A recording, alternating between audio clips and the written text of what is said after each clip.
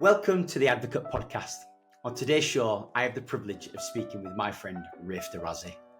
He's an HIV activist, an educator, public speaker, and natural physique bodybuilder. Raif's journey from his HIV diagnosis to becoming a beacon of inspiration is truly remarkable. So if you are listening, then please listen closely. You might learn something.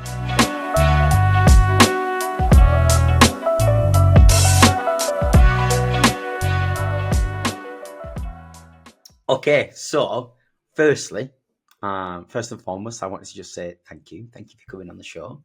I really appreciate it. And yeah, it's quite funny. Like I said, I feel a little bit nervous. Normally, it's the other way around. Everybody knows how great a podcast you do and all of the stuff that you do on socials. So yeah, thank you. Thanks for joining me. And I actually wanted to start off with something a little bit different. Now, before we get into it, I want to read you a message.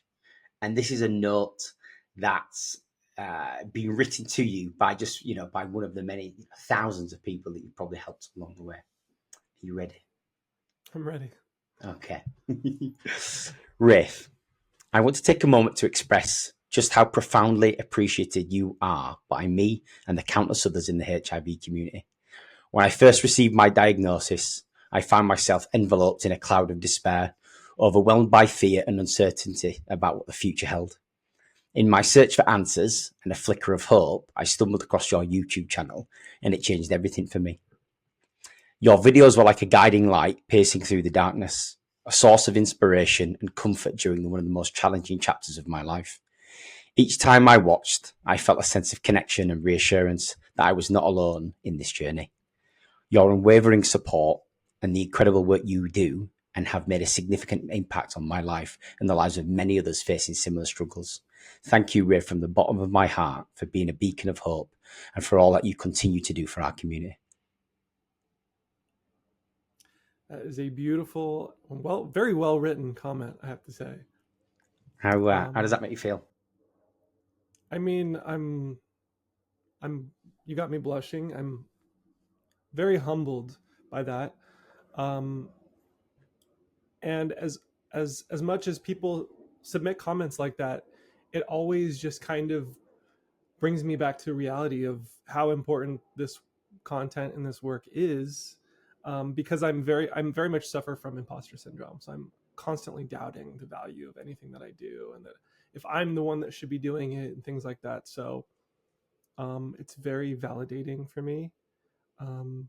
And it just really refocuses me. It's good. I mean, look, I can speak from my own truth, and I can say that you were one of the first influencers and creators that I came across when I came into this community, and I found your content, your stuff really, really informative and delivered in such a way that it put you at ease. It made you feel so comfortable that you felt like we were just having a conversation with a friend. And yeah, I think you do a great job of that. So yeah, that's exactly how it's always been meant to be. I mean, that's how it started out too. It was just me talking to the camera about my personal feelings and struggles, and kind of like almost as if I was talking to a therapist or a friend or something, and just the innate value in just kind of sharing your struggle and the process of you trying to figure stuff out in your brain.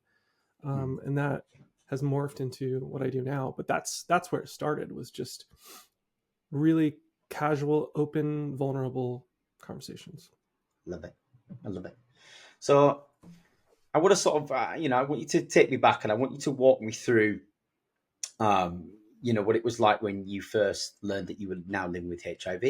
If I'm right, you were 27 years old. It was your 27th birthday.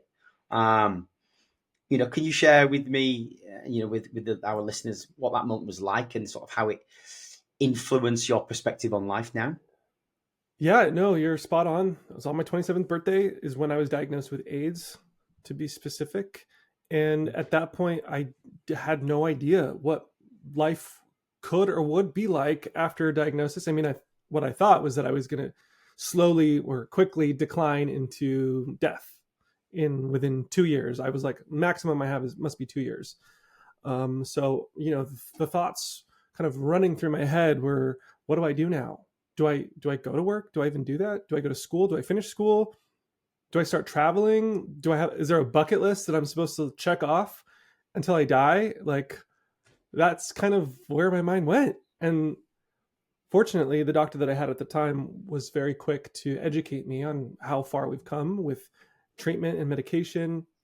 And she told me, I could go on to live a full, long, healthy life, which was just profoundly mind altering.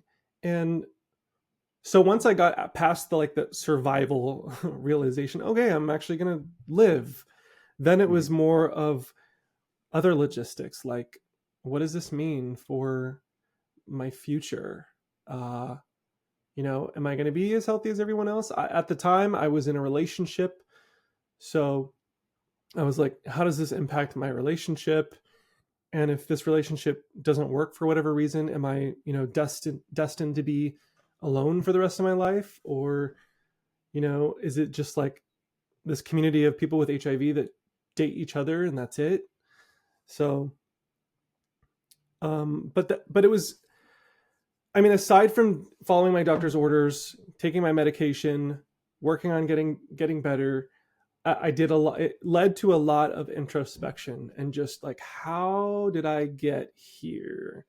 And then realizing, oh, I'm in a relationship with someone who's actually really unhealthy and toxic for me and has displayed many red flags throughout our relationship over years that I've managed to ignore all of them or sweep them under the rug, or, like just realizing, oh, wait, this guy, I don't have the self-esteem or the self-worth to make sure that I'm only including good, healthy things in my life. Like, why is that? Why am I allowing this stuff to happen? And it's not to say that it's my fault that I ended up having AIDS, but what did I contribute to that led me to a place where I was more likely and more susceptible to be exposed to something like HIV, where it would then go untreated to the point where I would get AIDS in this day and age with the kinds of medication that we have now. Mm-hmm. So those are all the questions I was asking myself. And eventually, I came to the conclusion that I wasn't taking full responsibility. I was barely taking responsibility for my life and my actions. I call it a victim mindset. I was a victim, and it had manifested itself into an actual victim to this virus. And so I knew if I was going to really take advantage of my second lease on life moving forward, that had to change, that mindset. And so that initiated that journey of rediscovering who I am and my self-worth and my value. And sort of going back then, I suppose, you said that your doctor educated you, sort of post-diagnosis and gave you lots of information. In hindsight, do you think that actually you could have been more educated ahead of time? Absolutely. The irony is that in my late teens, early 20s, I was volunteering for a nonprofit organization in Orange County where I grew up. And it was specifically targeted towards 18 to 24-year-old men to teach them about STIs and HIV and prevention and all of that.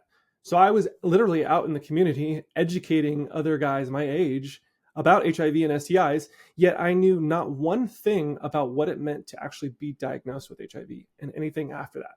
I didn't know anything about it. Yeah.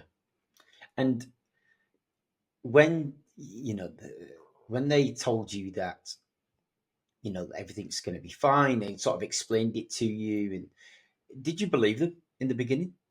Honestly? Let's see. I did. And I also think there's some relative definitions of what it means to be okay and fine. And so like everything was held in contrast to me dying. So when they said you're going to be fine and you're going to live a long, healthy life, I was like, right, I'm not going to die. I'm going to be around and I'm going to be able to live a relatively normal life. Now, what all the nuances of that are, I don't know. I don't really care at this point. Like, I'm going to live and I'm going to be relatively healthy. And so that's how I looked at it, if that makes sense. Yeah, I got you. So following, from this diagnosis and sort of coming to terms with, this sort of new life, let's say, you fully embraced fitness and effectively became a natural physique bodybuilder. Now, what motivated you to sort of take that path? And, was that something you were doing before, or was it more of I want to do this to prove to myself that I can be, fit and healthy? Which of the two was it? Yeah, I definitely didn't have any kind of fitness regimen before this. And so, just to give you a little more context, shortly after my diagnosis, and then my boyfriend at the time finding out he had AIDS as well, and then me finding out, oh, he had been cheating, and then deciding, a little while later, well, maybe this relationship isn't for me, maybe it's not good. And then consequently, in that time period, breaking my ankle in this freak trampoline accident and having a cast from my toe all the way to my mid thighs, ceramic cast. So it's heavy. So I'm bedbound and I'm dependent on this guy that I'm like having doubts about staying in a relationship with. And I'm stuck for like 5.5 months. And during that time, I did a ton of introspection. And this is when I really started to work on myself and change my mindset, like I was telling you about. And once I was up on my feet, I was like, I got to go. I got to get out of here. I ended the relationship. I didn't have a place to go. I didn't have a job. My car was repossessed. I had literally next to nothing. And a friend of mine had it's literally a mud room. It's 2 doors on both sides. It's a little bit larger than a closet, big enough for like a twin mattress. And that's it. And so I moved into that for like $400 a month. I was taking the bus every day to go to a restaurant to start serving again. And it was just like everything had fallen apart, and I was like putting my life back together. And so I was like, I need some good outlet, and fitness came to mind. And at first I was just kind of running around the neighborhood, jogging and stuff, but I really wanted to actually gain some muscle too. So I got a gym membership, and I didn't know what I was doing. I had never benched before. I never squatted, never deadlift. All I did was kind of like hop from machine to machine and like follow the little picture infographic on how to do it. And that's all I did. Eventually, after a while, a trainer at the LA Fitness I was going to saw my drive and dedication and said, "Hey, let me train you." And I said, "Okay, sure." And he trained me for a while, and then eventually he posited the idea of competing in bodybuilding.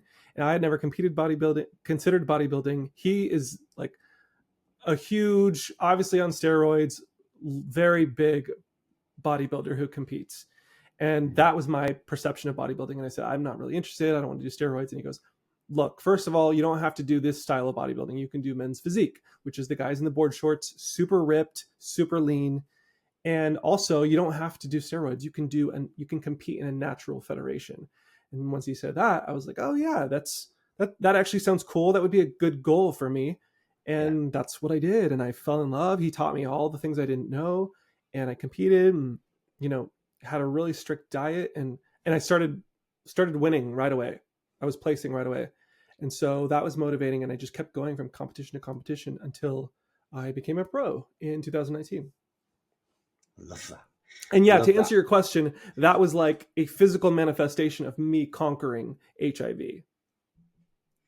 And sort of, there's 2 things there, I suppose. Like, I think first, when you really hit rock bottom, and I've been there myself many times, I actually find it, sort of introspectively, I actually find it quite liberating at times. It's kind of, I've lost everything, but maybe I've also lost all of the things that were kind of holding me down and holding me back.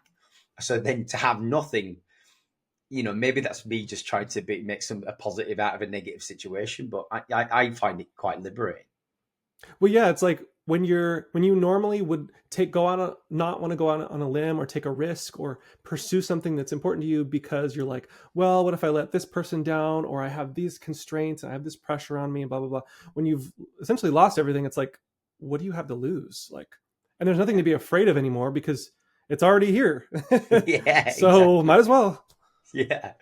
And do you think, obviously with the, with sort of the bodybuilding and how that sort of happened for you, do you think that, your diagnosis kind of made you more health conscious as well? Do you think that was the Definitely. sort of the two played hand in hand? Yeah, and I find that a lot of folks can relate to that when I talk about that on my content, that because of their HIV diagnosis, they're now more healthy than they've ever been. Yeah. And suddenly they have a new appreciation for their body and for health in general. And I think that's also a component of what I've seen be called post-traumatic growth, going through something traumatic, and then as a direct result of that trauma, having this almost otherworldly growth come out of it. Mm. Yeah. I've heard a number of stories, from people like that saying, um, that sort of they really took a control of their health, um, and was really mindful about what they were doing, with their body and with their mind. And I think, for a lot of people, it actually proved to be, the best thing that ever happened to them. Yep. Yeah. A little controversial to say that my HIV diagnosis was a gift, but it was. Yeah. It's crazy, but I'm so pleased that, you got to that stage and you were able to fully understand it. And I'll be honest, when I first heard that, um, it shocked me. It did. It sort of shocked me, and I didn't really quite understand. And then obviously now, as I've spent, the last decade of my life, within the HIV community, like, I fully get it. I fully get it. Yeah. I mean, it's Um, like with any kind of crazy trauma or something happening, whether someone gets raped or they have a loved one get murdered by someone, to respond to that and say, oh, it was a gift, is like, what are you talking mm, about? That makes no sense. But yeah, it's a perspective shift. yeah, I think so. Um, so I've got a couple of things written down here. So you're known really for sort of your public speaking engagements where you sort of educate and inspire others about HIV. Um, as part of your sort of personal brand and what it is that you're trying to do, what are the key messages that you're trying to sort of convey, and um, what is it you're trying to get across to people with the content that you're putting out? The number one sort of undercurrent and theme of my content is self-empowerment. At the end of the day, everything I'm sharing, whether it's my personal journey or information, latest news, interviews, things like that, it's all with the end goal that as a result, you can feel as an individual like you have a little more power in your life over your HIV status, over your relationship with the world, with your personal life, with the greater, larger government and countries and things like that. Um, just like I transitioned from having a victim mindset to having a leader mindset, Mm, that's what I hope to bestow on people. And then kind of more like a secondary or tertiary goal is that I want to help bridge and create trust between the community and between science and healthcare and medical. And that's a very difficult thing to do. There's obviously a ton of mistrust, especially lately, and as we've seen with the pandemic. And there's been a lot of abuse that's been perpetrated by those established industries. mhm, So it's about finding the nuance, realizing that there are, for example, in HIV, there are genuinely good, hardworking people who are actively working on HIV research, on HIV cure research, and that the rather than vilify those people and those entities and say they're against me, I'm opposed, that's another force that's pushing down on me and my life, my happiness and what I'm capable of. mhm. It's how can we work with, how can I learn more about, be more involved and have an impact on that, um, so that I am more empowered again. Yeah, yeah, I totally agree. I think certainly with sort of my personal mission, and with that of Positive Plus One, our our vision, and sort of our mission really is to inspire and empower people. They're kind of the two North Star metrics that I always want to try and focus on with, my wider team and everything that we try and do and put out there. So yeah, I'm fully on board with that, with you for sure. And I also think you're doing a great job at bridging, between the science and the community aspect. I think you are operating as a brilliant bridge for that right now. And it's hard because, these companies, especially if we're going to talk about pharma, for example, they're not perfect. They're far from perfect. Any profit-seeking entity is going to have motives from time to time that don't align with some altruistic goal of helping people with HIV. So I think the idea is realizing that no one is actually perfect or holy or without sin. And so it's like, how do we work together in this realm and find the Venn diagram of overlapping, needs and wants so that we can work together? Yeah, all towards a common sort of outcome and objective, right? Yeah. So you mentioned a couple of times there the word establishment. And I think it would be rude of us both to ignore the almost elephant in the room at the minute, that the USA has a new administration, and there's lots of changes that are happening, and they're happening very thick and fast. I think, from my perspective, in all honesty, I think I do think that a fresh approach is certainly needed. I think for all healthcare systems, around the world. Do I think that this is that the US, the new administration, are going about it the right way? Not really, but I'm not well informed enough to make a full comment on it yet. But I'd like to pose that question to you. How do you feel about what's currently happening, the new administration, their approach to healthcare, and what their sort of what do you think their goals are? Yeah, I mean, speaking of the elephant in the room, that being the logo of the Republican Party, they now have the majority in Congress, and we have a Republican president in Trump, and we have him creating organizations like Doge, headed by Elon. I think Vivek has since left to pursue his own political career. But with Doge's goal of just kind of like hack and slashing budgets left and right, I think if Elon's history of cutting budgets and staffing based on Twitter is applied to the US government, I think we'll see a very broad, indiscriminate, like I said, hack and slash, which could have a lot of ramifications, because I would imagine, based on what I know, that it takes a more subtle eye to actually look at things individually and understand different parts of the government and how they work and how they operate regarding health services and things like that, before you can start making sweeping decisions. Now, I 100% agree with you. The system is broken. It's been broken for a long time. It's getting worse and worse and worse here in the US. And something does need to change. And I totally get what you're saying, that the Trump administration and Trump's ideology and the way that he kind of sees things is definitely going to throw things for a wild loop. Whether that's the best option, I don't know. I'm skeptical of. But in doing that, in all this chaos, it might suss out solutions that might be beneficial that maybe the Democrats could take on, or maybe the rest of the Republican Party can say, oh, in the new administration, this is another way we can kind of change things without getting crazy in the way that Trump's doing it, or something. I mean, something's got to give. I feel like there's a social unrest as well that's brewing.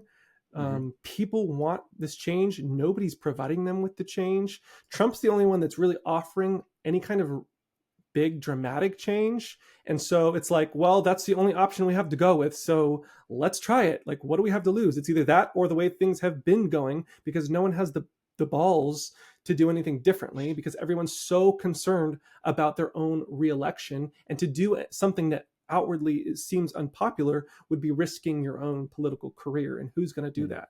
Who's going to say, we need austerity, we need to be way more careful about our budget because we are in huge deficits. Our country is like going off a cliff when it comes to monetary and fiscal policy. So we need to cut back, and it's going to hurt. Who's going to get elected on that platform? Right? Yeah. Yeah. So it's ripping off the Band-Aid, right? Yeah. And whether we do that by choice or we do that in response to a crisis because we've literally hit rock bottom and we don't have another choice, that's to be seen. I have a feeling it will be the latter because when push comes to shove, people tend to wait until they don't have any other option. So I think we're heading anyway to a place where things are really going to break down until they get bad. I hate to say that and I hate to think that way, but just based on human nature and the way things tend to go in history, I think that's where we're headed. And I think Trump is kind of like the first domino to signal, okay, things are really changing here. I know this is long-winded, I apologize, but he's already frozen budgets, I think, for the next 90 days for any like outside of the US aid. So that directly impacts things like PEPFAR, which billions of that go towards helping countries directly, oftentimes directly saving lives around the world. So that's going to have immediate impacts. If that lasts or not, who knows? If he's going to cut budgets in the US, yet to see. In the past administrations, Republicans have sought to exclude PrEP coverage in health insurance based on religious grounds, saying, oh, this is a Christian hospital, therefore they shouldn't have to support this medicine, which de facto supports the gay lifestyle, etc. So there's just so many unknowns. Okay. Well, I think, I suppose time will tell. The next 90 days is going to be, I think everybody's holding their breath, I think is probably a good way of putting it. And I've gotten communications in the last week, for example, that the NIH, and other organizations have been told to cease communications on social media. No social media communicating whatsoever. And now I'm part of the HOPE Collaboratory. It's part of the larger Martin Delaney Collaboratories, working with HIV cure research scientists funded by the NIH. And we are stopping our monthly meetings indefinitely at the moment. My HOPE Collaboratory, we're getting together to strategize and figure out what to do. So, I mean, we're already seeing a tamping down of our ability to communicate information via social media, which is kind of a big deal. The challenger of status quo inside of me that lives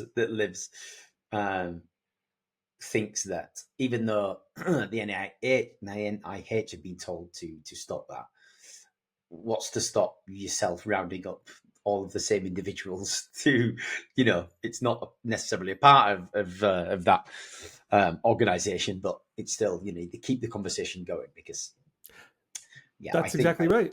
Yeah, I'm an advocate. I don't represent these organizations, and I'm free to post whatever the hell I want. I just posted an interview with the HOPE executive leadership, their principal investigators, and another person that leads the collaboratory. So I'm, of course, free to do as I please. Whether these people are willing to hop on, to a YouTube interview and talk as an independent person, not representing the organizations, is another matter. But I get that. The importance of advocacy now is arguably greater than it has been in decades. So, you mentioned a couple there, but you are involved with sort of a number of various initiatives. Plus Life is one that I think is sort of worth noting, and the collaboratory projects that you mentioned there. Can you tell us more about these kind of projects and what they entail, and kind of what the desired outcomes are for these kind of projects? Yeah, so Plus Life is a TV show on digital cable that is essentially a lifestyle show talking about living your best life, whether that's food, dating, fitness. I'm the fitness host for the show, and Carl he's one of the creators, good buddy of mine, Carl Schmid, and he is often doing interviews with experts in HIV. So it's a general, broadly appealing lifestyle show that has the undercurrent and the through line of HIV education and stigma reduction and normalizing the conversation about HIV and people living with HIV. So, and then on social media, I kind of extend that by creating content that's also lifestyle related. It's inspirational, like how to deal with mental hurdles and things like that. And then also kind of sharing the latest HIV research and things like that.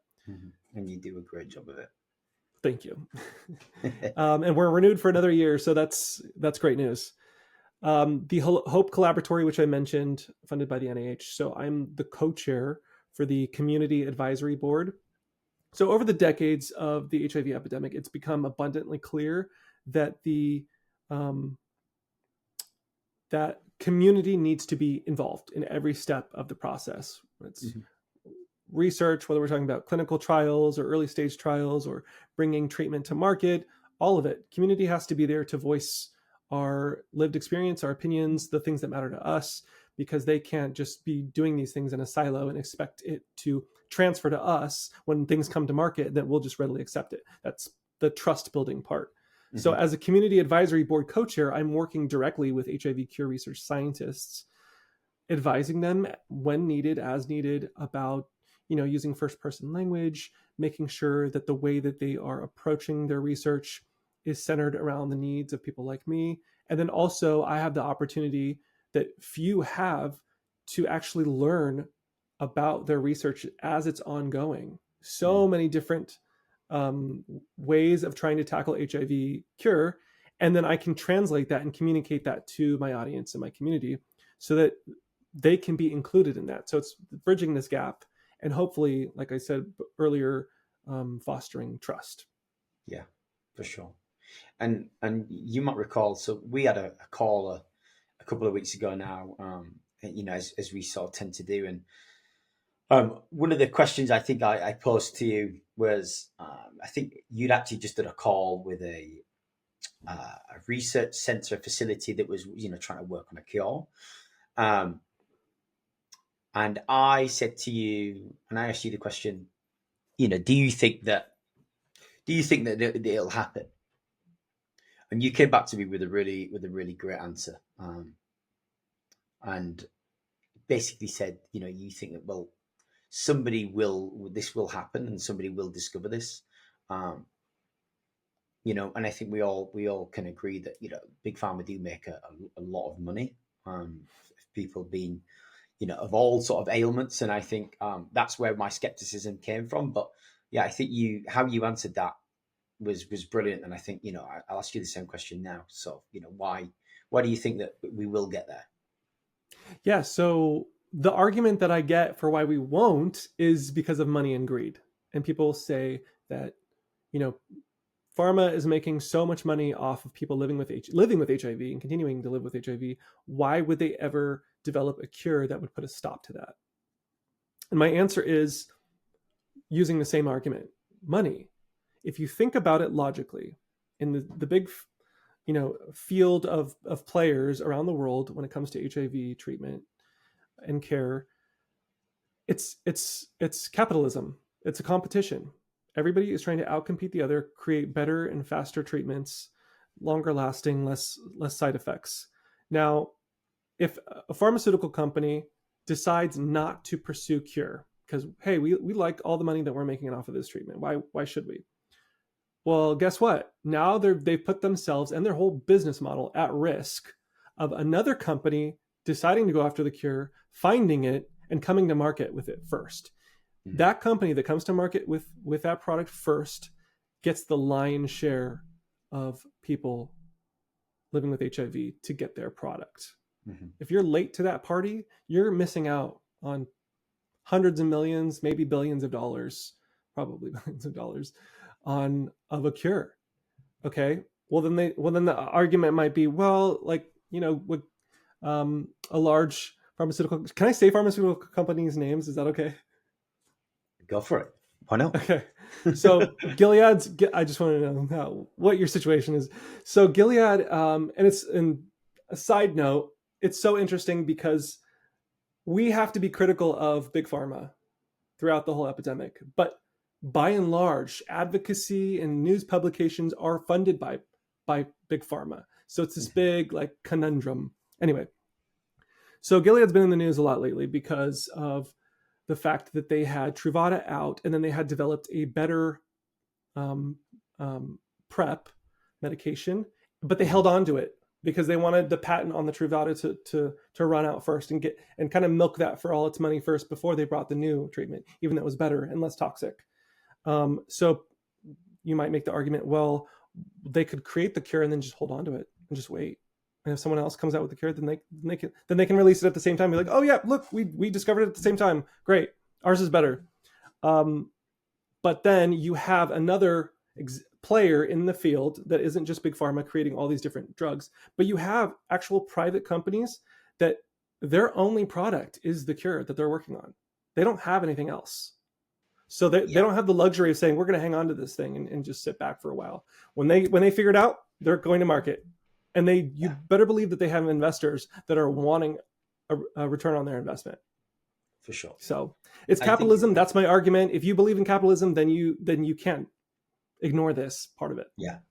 Yeah. Like I said, I think it was definitely the best counter sort of argument I've heard back to sort of my initial thoughts and my initial perception and skepticism. So yeah, I totally agree.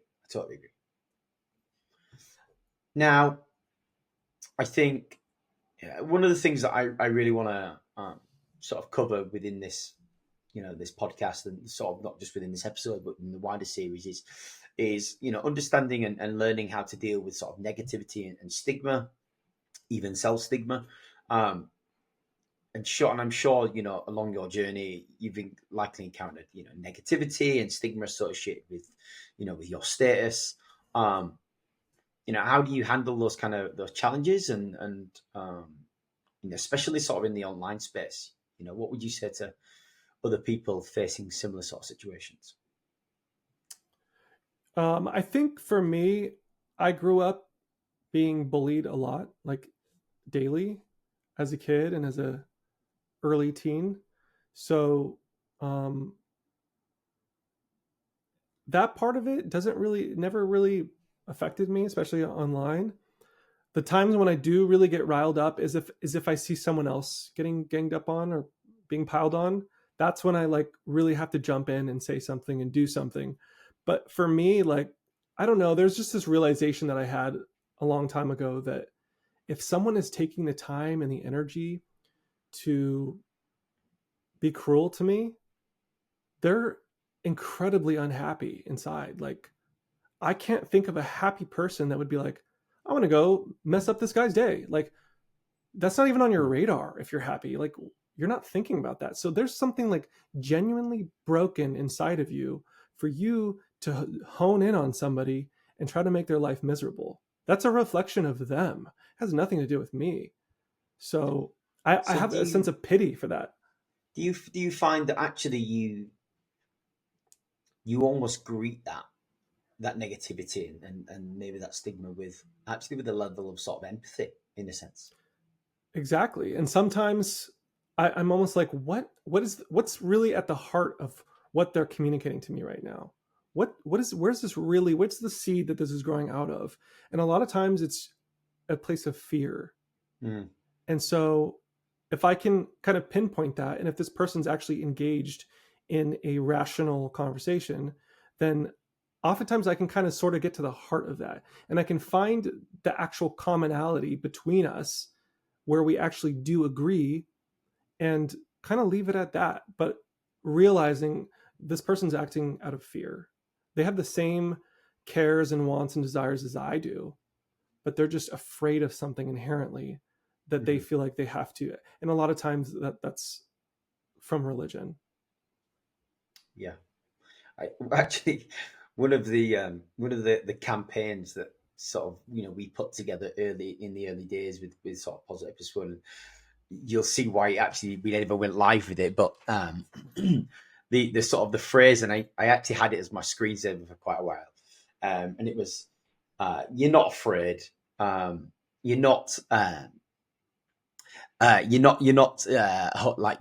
does it say? You don't have a phobia, you're just a cunt. and I had that on as my screensaver for quite a while, and I used to love having it up there. It's like, you're not afraid, you don't have a phobia, you're just a cunt. Well, and that's the accountability part. It's like you can have whatever justification you need. At the end of the day, you're an asshole. Just like knock it Yeah. off. I think if we actually just said that outright a lot more often, I think people that just go, yeah, do you know what? Maybe you're right. Maybe you're right.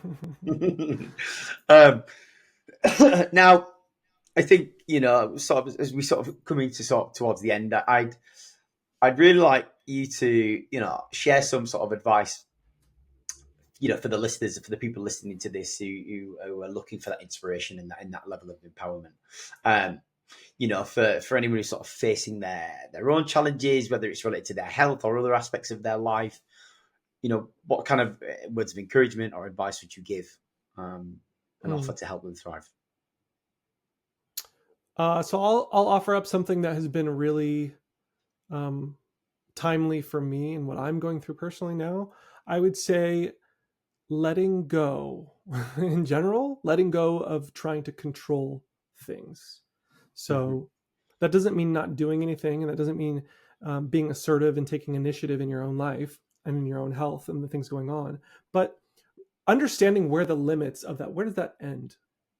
The influence that I have on my environment, on the people around me, on the outcomes of things, like less outcome focused and more in the doing. So taking your medicine, being healthy, eating right, loving people, and fostering healthy relationships, and working on your career and things like that. Just everything in your life. But with that said, stop trying to control it. Don't try to control the outcome. Don't try to get this person to love you if they're not exhibiting love for you. Don't try to ensure that you will be healthy and you won't get a sickness or a comorbidity, or you won't die early. Those are all things out of your control. And all they do is bring anxiety and stress to you. And ironically, end up hurting you at the end of the day. So letting go of people and their actions and the things they do and they say, and just focusing on you. What can you do? One foot in front of the other. Yeah. Yeah. Just focus on that next step. Yeah. I love that. Yeah. Raif, thank you. Thanks for coming on. I really do appreciate it. And for sharing your inspiring journey. I think your resilience and dedication to advocacy is really powerful, and I think you do such a fantastic job. And I think that note, that message in the beginning, really sort of amplifies what it is that you do, not just for what probably just started out for yourself, but actually what you do for the wider community. There are thousands of people who look to you, for that support and for that help. And I think you've done an amazing job. And I can't wait to see what we do in the future. Well, thanks, buddy, and good on you for putting this podcast together. It's going to be awesome. I know it is. I'm excited to see it. Yeah, I'm super excited. We've got some great guests coming on as well. So I'm very, very excited for the future. All right. Thank you so much. Cheers.